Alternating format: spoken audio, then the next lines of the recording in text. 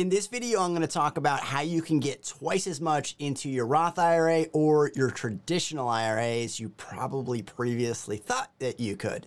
Now, this question comes from Israel, and he's asking, can I contribute more than $6,000 to my IRA if I didn't make any contribution in the previous year?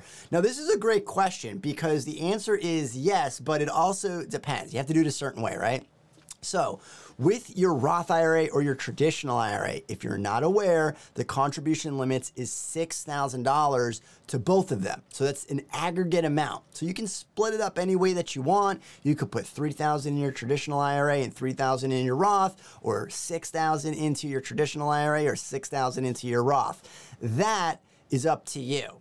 Now, whether or not you can make those contributions, those are income limits. But I want to get past all of that.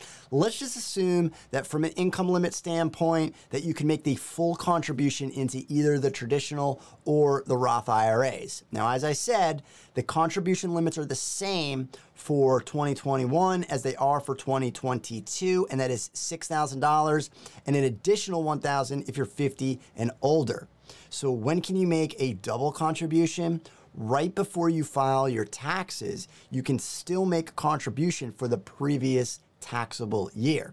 So what this means is you can actually make it in 2022 for 2021 and at the same time make that 2022 contribution.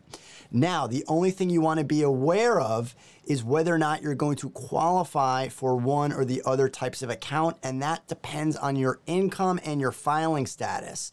So, for example, if you don't have a workplace plan, therefore you would qualify for a traditional IRA, but you can also qualify for it if your income is low enough and you still have a workplace plan. So you can double up on it, but you just want to be aware that if you don't meet the qualifications to make those contributions, then you're gonna have to take that money out before you file your taxes the following year. So you just wanna pay attention to that, but you can double up on either the Roth IRA or the traditional IRA.